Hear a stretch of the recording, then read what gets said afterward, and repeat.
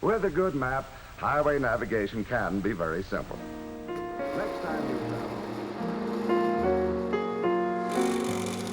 History in the Black community, it's not red brick and white columns. It's part of lived experience, it's part of memory. The more we read and know what we have, the value of what we have, then we can use our voices. History lives on as long as someone cares enough to keep it alive.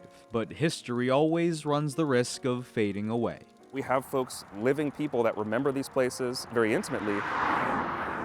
It's not demolished or anything like that, but over the years it's becoming to, fall down. To passing drivers, these broken windows along Route 17 are possibly an afterthought. But many, like Mary and Randall, still remember when this place was the place to be. Host with the most, I just went to socialize,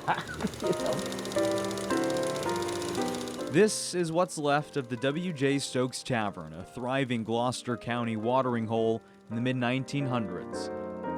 Once a safe haven for African Americans. I'm not a good dancer, no. I love listening to the music. And like I said, it was a social, hey, how you doing, Robert? Hey, Mary. This property is one of about 300 across Virginia that once appeared in the Green Book. It was the most prolific and longest running travel guide specifically for African Americans. In this century, America has become a nation on wheels. The Green Book, first published by Victor Hugo Green in 1936, ran for roughly 3 decades as a guide for African Americans to safely travel during segregation. It was a real achievable goal to essentially circumvent that discriminatory system. Most of these sites in Hampton Roads are lost pieces of history and unrecognizable in the places they once stood.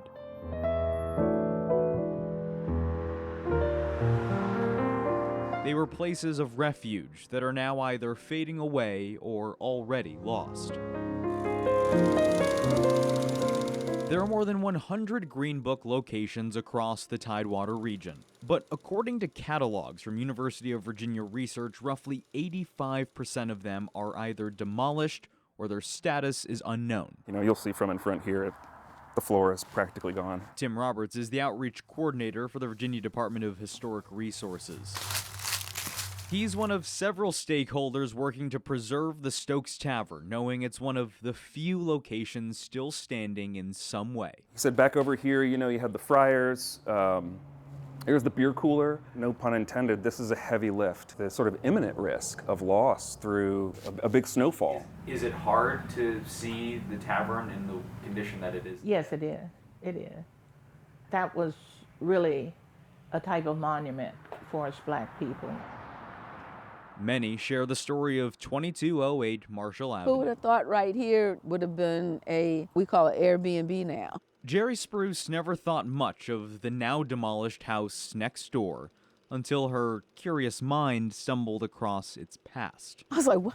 I was like, I'm 8. That was 6. Okay, yeah. Oh, wow. Oh, we're famous. Since we don't know, then they kind of just push over. But there is still time to save the ones still standing, like the Stokes Tavern, as long as someone cares enough to keep it that way.